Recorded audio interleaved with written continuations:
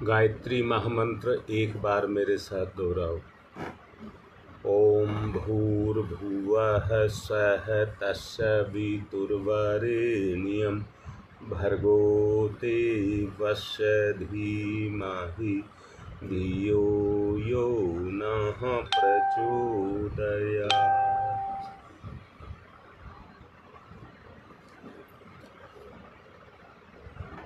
सफेद कपड़ा घटा की तरह से ढल दिखाई देता है,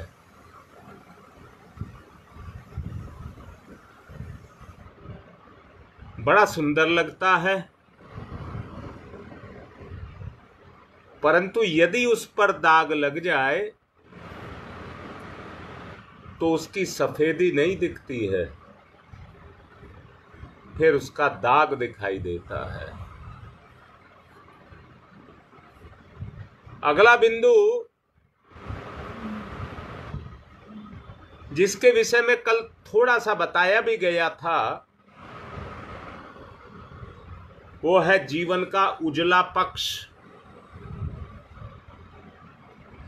जीवन का उजला पक्ष। एक बात बताओ, समस्याएं, कठिनाइयां, रोग दुख आदि आदि किसके जीवन में नहीं है?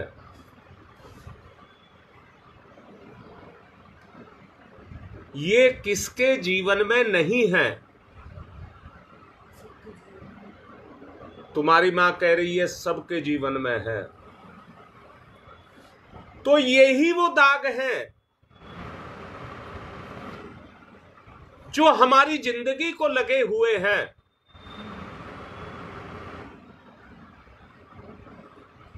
जरा अपने जीवन का उजला पक्ष तो देखिए।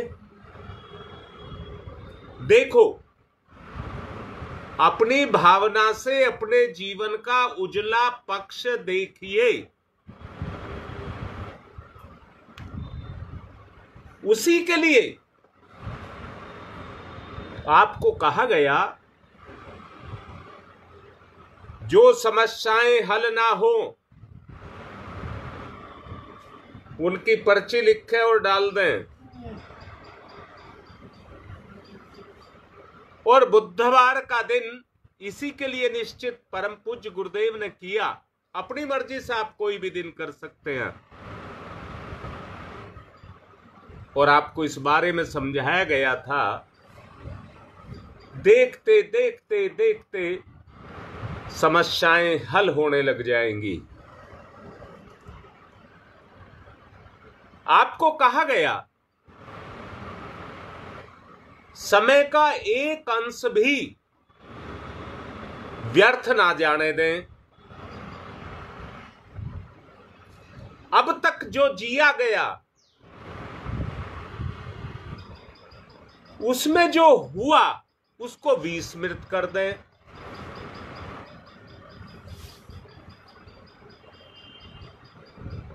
मैं कल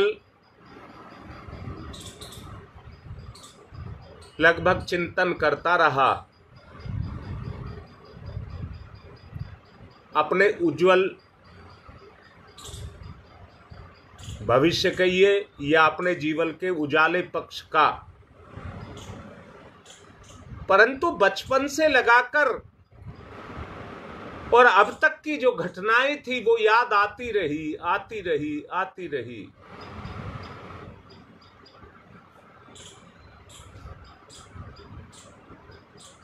मैं भी आपको एक बात कह रहा हूं, जो भूत में उलझा रहता है वो भूत बन जाता है। भूत और किसी को नहीं कहते। जब आपकी सोच पीछे की बातें सोचती रहती है तो उन्हीं में उलझ जाती है।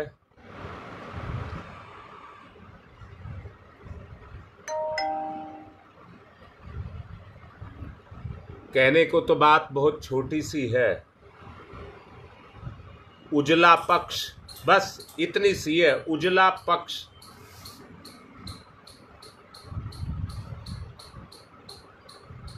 परंतु पूरी जिंदगी का बहुत बड़ा निचोड़ अपने अंदर छुपाए हुए है।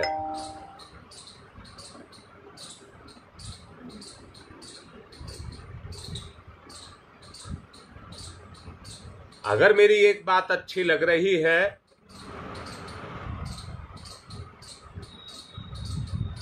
कि उन परिस्थितियों को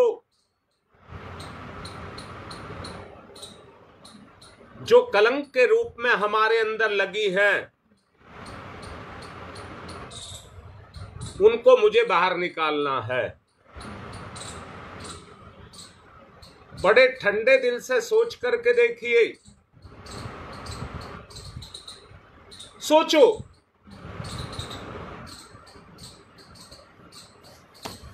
क्या मेरे प्रयत्न के बगैर वो जा सकती हैं? तुम्हारी मां कह रही है नहीं जा सकती, और अगर प्रयत्न किया जाए तो ये तो कह रही है चली जाएंगी। परिस्थितियां हमको फंसा करके रखती हैं, परिस्थितियां हमको फंसा करके रखती हैं। एक बात याद रखना, पाप कभी पुराना नहीं होता है, ना कभी पुराना नहीं होता है। कारण समय से शरीर बंधा है, समय से संसार बंधा है, समय से कर्म बंधा है।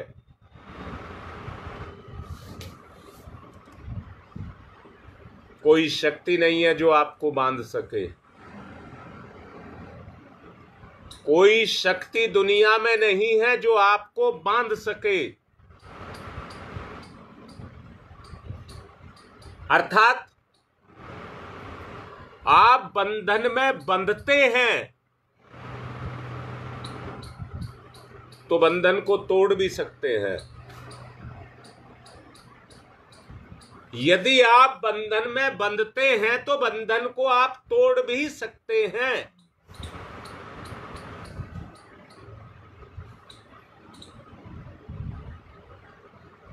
अभी तुम्हारी मां कह रही थी कि हम अगर प्रयास करें तो अपने उस काले पक्ष को मिटा सकते हैं।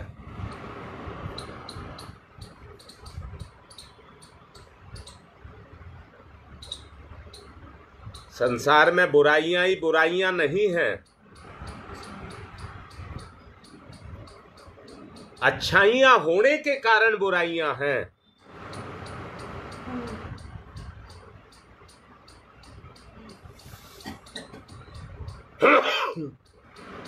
मेरे स्वभाव के साथ कौन जुड़ा है,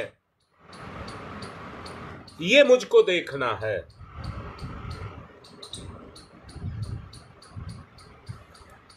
अगर उजाले वाला पक्ष मुझे लाना है, प्रेम, सहिष्णुता और सद्भाव, प्रेम, सहिष्णुता और सद्भाव,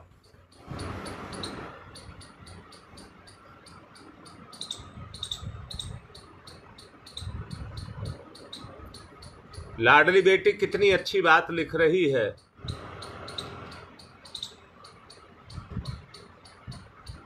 जरा सोचो, अगर हमारी बुद्धि पलट जाए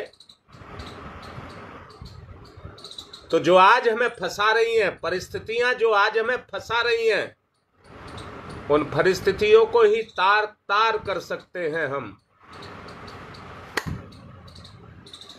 परंतु एक बात समझने की है, कर तो सकते हैं। मैंने 3 शब्द कहे हैं, सहिष्णुता, प्रेम, सहिष्णुता और सद्भाव। 3 चीज मैंने कही हैं और तीनों को आप अच्छी तरह से समझते होंगे। याद रखना,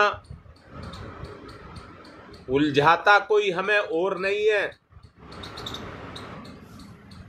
जो आपसे सबसे ज्यादा नजदीक है और आपसे प्रेम करता है और उस प्रेम में स्वार्थ है, ये भी याद रखना। जिस प्रेम में स्वार्थ है वो आपको उलझा देगा, वो आपको उलझा देगा।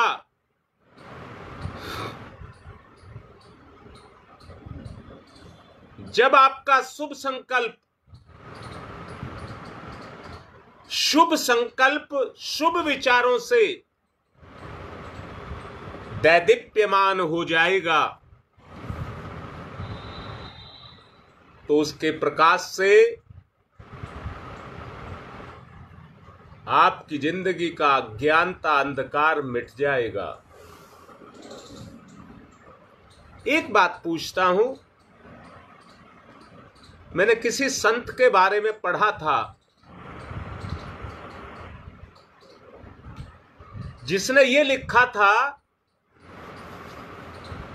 कि आदमी गलत काम ना करे, जिसको सहिष्णुता या धैर्य कहा गया है, उस मुसीबत की घड़ी में केवल वो सहिष्णुता या धैर्य को धारण कर ले तो समय चला जाएगा, परिस्थिति भी चली जाएगी, और जिस कर्म को उलझाने के लिए परिस्थिति आई उससे हमारा बचाव हो जाएगा। वो लिखते हैं, शाम होती है तो रात भी आती है, परंतु रात्रि में वही कार्य सक्रिय होते हैं, हमारे वो गुण सक्रिय होते हैं जो रात में होते हैं। दोबारा से सुनना, जितने भी गलत काम हैं, लूट मार चोर उचक्के, वो सब रात को ही काम करते हैं, वो सब रात को ही काम करते हैं। अगर व्यक्ति केवल एक काम करे कि उस रात्रि के अंधकार को बैठ करके गुजार दे या सो करके गुजार दे, तो दिन छिपा है तो सुबह भी आएगी, दिन छिपा है तो सुबह भी आएगी। बेटा, सहिष्णुता का मतलब है सहनशीलता।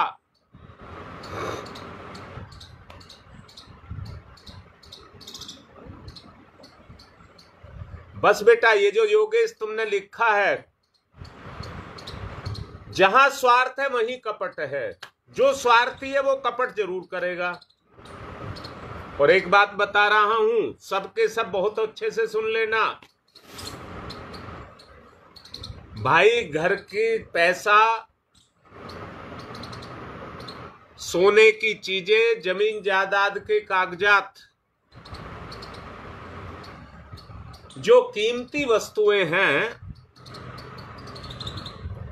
उन्हें बच्चों से और चोर उचक्कों से बचा करके रखना पड़ता है, छुपा करके रखना पड़ता है।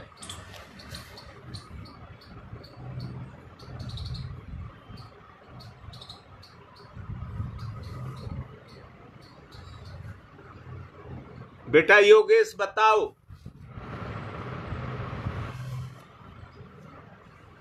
अगर तुम्हें कोई सताता है, तुमसे गलत बोलता है, तुम पर आतंक ढाता है, अगर किसी यारे प्यारे से तुमने उस बात को कह दिया, अगर वो परिवार का सदस्य है तो परिवार का वास्ता देकर के कहेगा कि आपने घर की बात को बाहर क्यों कह दिया। बेटा, छुपाने की बात कह रहा हूं। कीमती चीजों को तो छुपा करके, बचा करके रखना पड़ता है।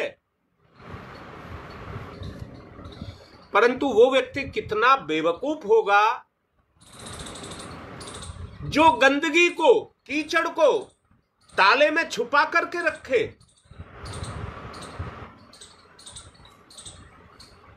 याद रखना बेटा,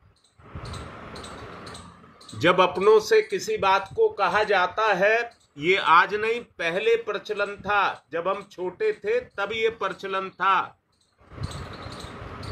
तब रिलेशन का, रिश्तेदारी का मतलब ही ये होता था कि एक रिश्तेदार दूसरे के दुखों को समझता था और पूछता था, बताओ क्या क्या दिक्कत है।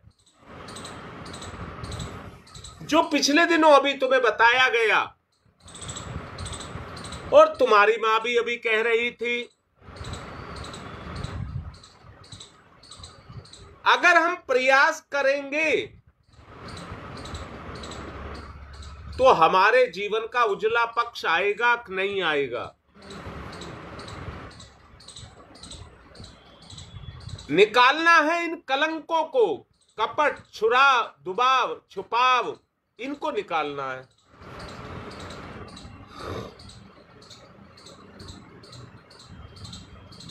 अगर ये चीजें आपके अंदर हैं तो ये आपको अंधकार की तरफ खींच करके लेकर के जाती है। व्यक्ति अंदर से जितना निष्कपट होगा, उसके मन मस्तिष्क पर बोझ नहीं होगा।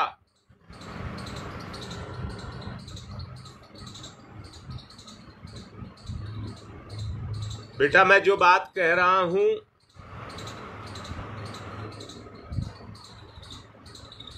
आज का आदमी अपनी इज्जत को बचाने के लिए बुराइयों को सह रहा है, बुराइयों को सह रहा है। परंतु धीरे धीरे बुराइयां जोर मार रही हैं और विकृत रूप धारण कर रही हैं।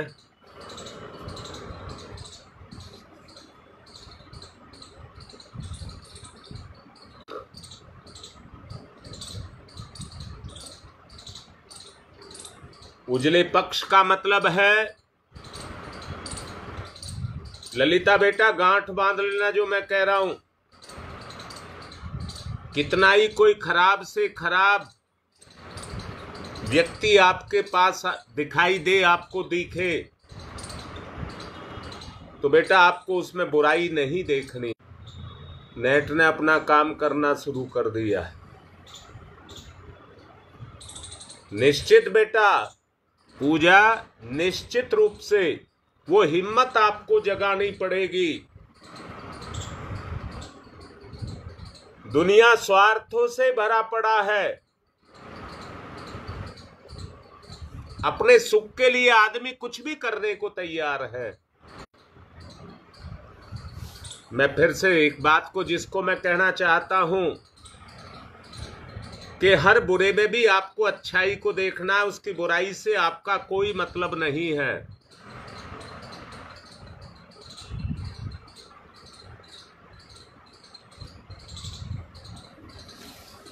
हाँ बेटा, ये सबको जो ललिता लिख रही है, ये सबको नजर आना चाहिए।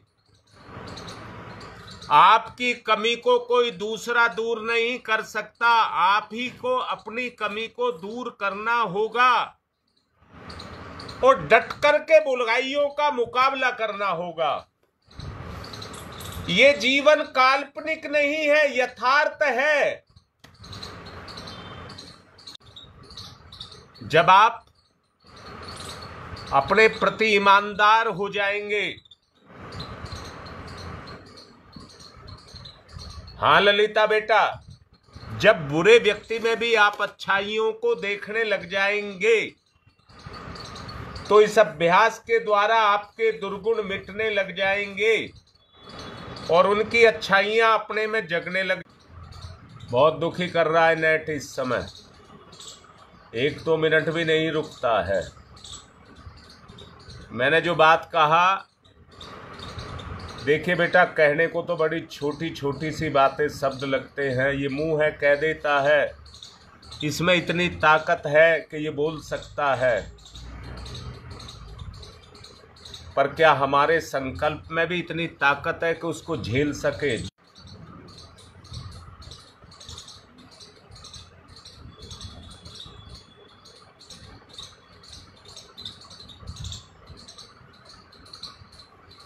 मैं ये कह रहा हूं, हमें अपनी करनी और कथनी के भेद को मिटाना होगा।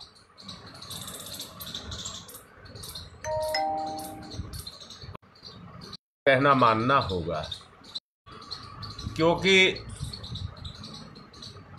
परिस्थितियां अपना काम कर रही हैं, हमें उलझा रही हैं। नेट बिल्कुल साथ नहीं दे रहा है।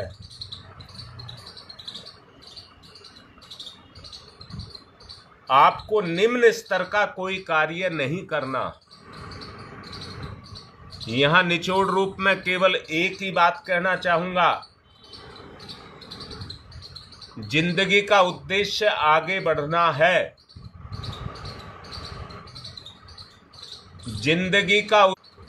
जिंदगी का उद्देश्य आगे बढ़ना है।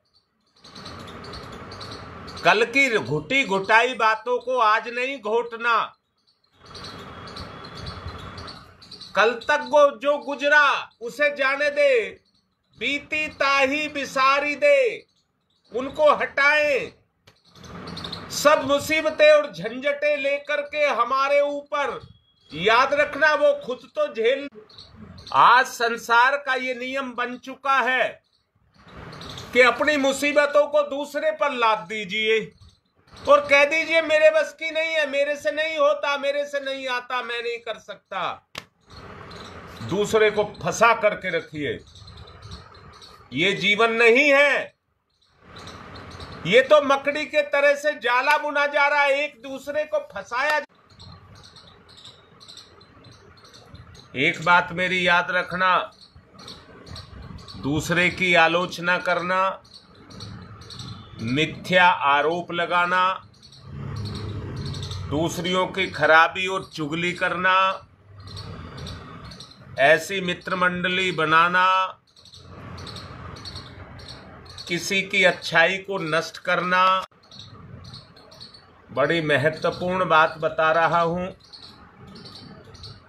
परंतु नेट साथ नहीं दे रहा है। इस बात को फिर मैं कल समझाऊंगा। कुछ चीजों पर आपको अपने ऊपर रुकावट पैदा करनी पड़ेगी।